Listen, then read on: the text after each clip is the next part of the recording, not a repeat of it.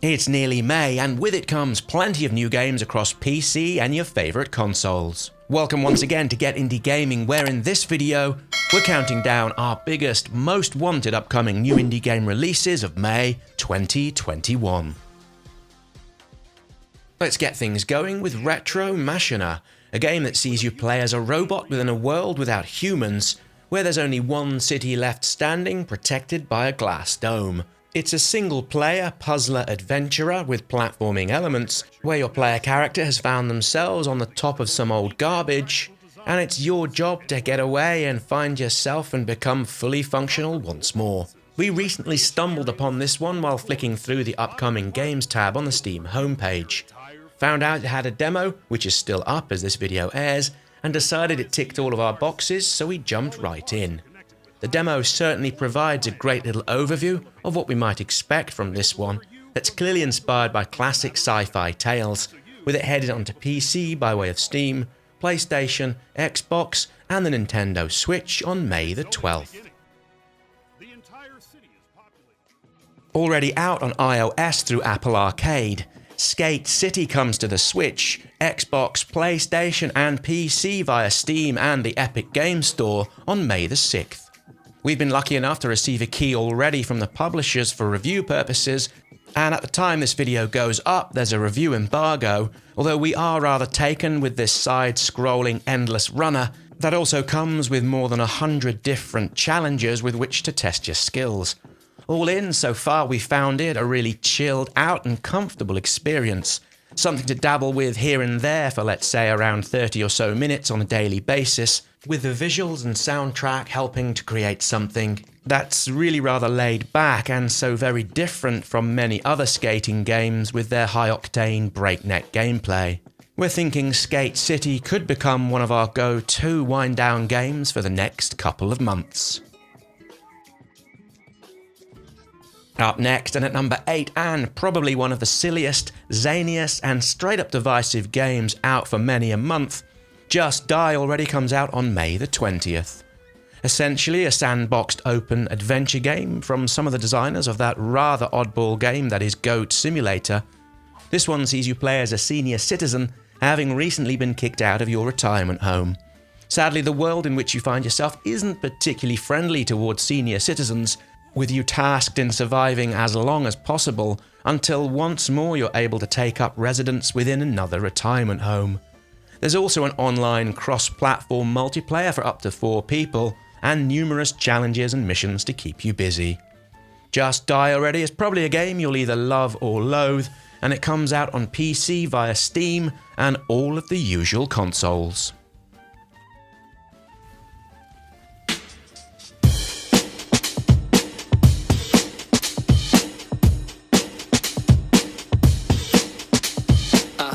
Moving on, and this month's number 7, and the second side-scroller endless runner we feature this month.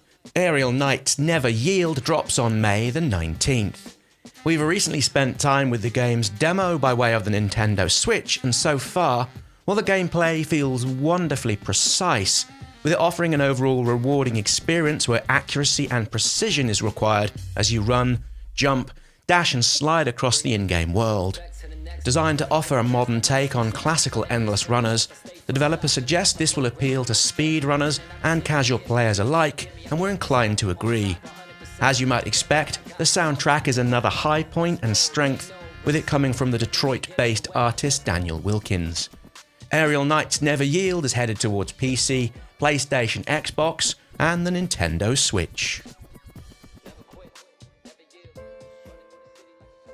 At number 6, Sacrificial Lighthouse is said to be a short but atmospheric psychological story-driven thriller with certain questing elements. You play as a young girl called Maya, who finds herself stranded on an island with a lighthouse during a storm. You're tasked with finding out how Maya got to the island, while also uncovering a story in which the developers describe it as one that will crush your heart and leave behind a gasping void of hopelessness. Which of course is just what everybody's looking for at this stage of 2021. Flippancy aside though, we usually enjoy these kind of psychological thrillers, and the hand-drawn 2D art style and animations look pretty darn pleasant, so we're going into Sacrificial Lighthouse hopeful of the end results, with it coming to Steam on May the 12th.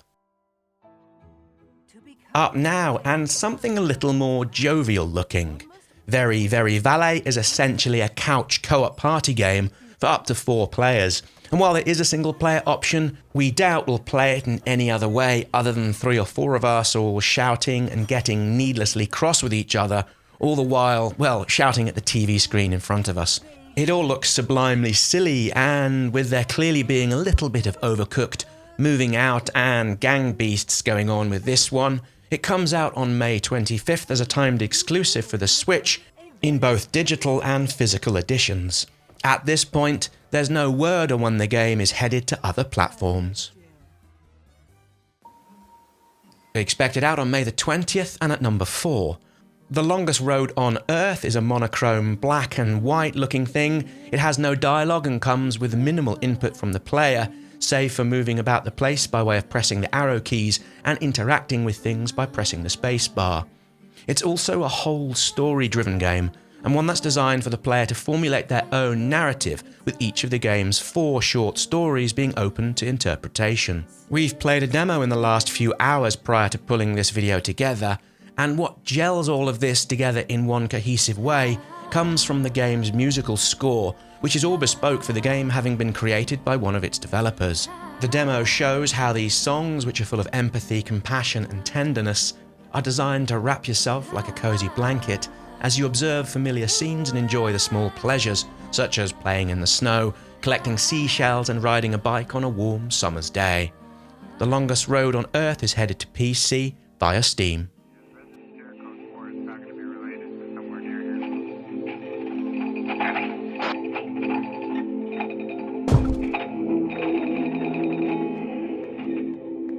At number 3, and something that so far has sailed well and truly under our radar, Divisadero is a climate fiction, true crime story adventure set within a dystopian alternate reality San Francisco that's been laid to waste by war and natural disasters. It tells the tale of 2 disgraced police detectives as they seek redemption by unraveling and solving a number of what are said to be horrific crimes, and in so doing, we'll learn about the detectives' past lives and that of the fate of the city in which it's staged. Players will also be able to explore a map that's based on real-life San Francisco Bay Area, with what are recognizable landmarks and locations. As for the gameplay, well, it's said to be narrative-driven and deals with adult themes, extreme violence, all within cinematic pixel art. Divisadero is headed to PC by way of Steam.